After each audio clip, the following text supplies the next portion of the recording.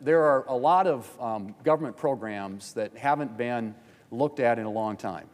We all acknowledge that 75% now of federal spending is what we call mandatory spending, entitlement programs, things that Congress doesn't annually appropriate for. And it continues to grow at an uncontrollable rate. In fact, the growth in the rate of Medicaid spending in the last 5 years has been 50%. That's not sustainable. We know that's not sustainable. And in the time I've been here, we have never, ever done anything to reform and improve and strengthen these programs that are growing at an unsustainable rate that will wreck our economy and wreck our country if we don't start making some changes. And so, yes, there are some improvements and reforms to Medicaid to make it more efficient, to make sure that the people who are supposed to benefit from Medicaid do, and that it doesn't go to people who shouldn't benefit from Medicaid. Now, most of the increase in spending in Medicaid has been in what we call the expansion population. And that's the number of people out there for whom states get a 90% reimbursement from the federal government. And so that has grown dramatically. And what does that represent? It's a lot of able-bodied adults, people who should be working, people who are perhaps, don't need to be getting the assistance that's designed for people who are disabled and low-income elderly and pregnant moms. That's what Medicaid was about.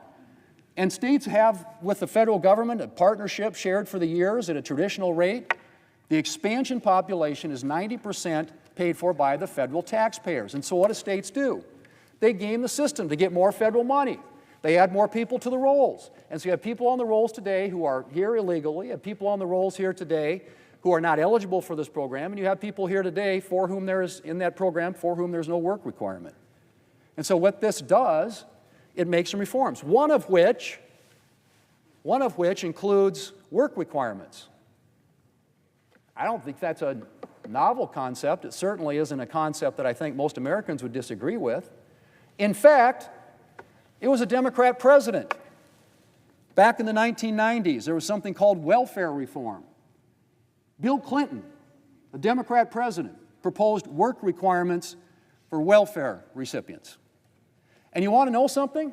The work requirements in the Welfare Reform Act passed back in 1996 and signed into law by Democrat President Bill Clinton had stronger work requirements than are included in this bill. Stronger work requirements in a bill passed, signed into law by a Democrat president than what's in this bill, and proposed, I might add, by a Democrat president. So that's one of the reforms that we're making. And these are reforms, Mr. President, are going to make this program stronger, more effective, more efficient, improve it in a way that it gets the assistance to the people for whom it was intended and not to people who are gaming the system.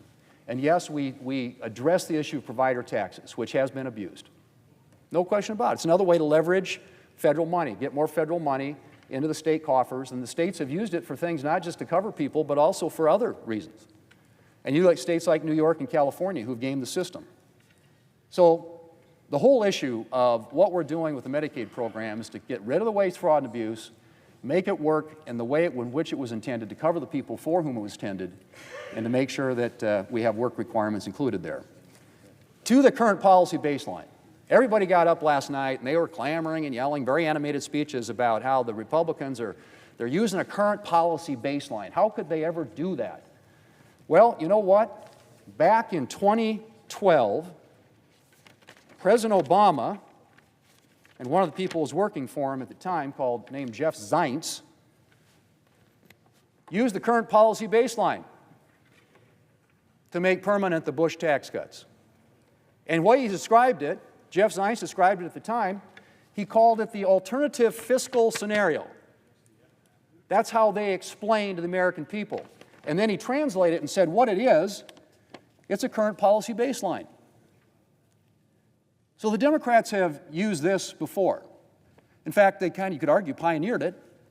But current policy baseline is something that's been used by both sides. So it's a little, spare me the hypocrisy and the noise about current policy baseline. Alternative fiscal scenario, he called it, and then he went on to explain current policy baseline.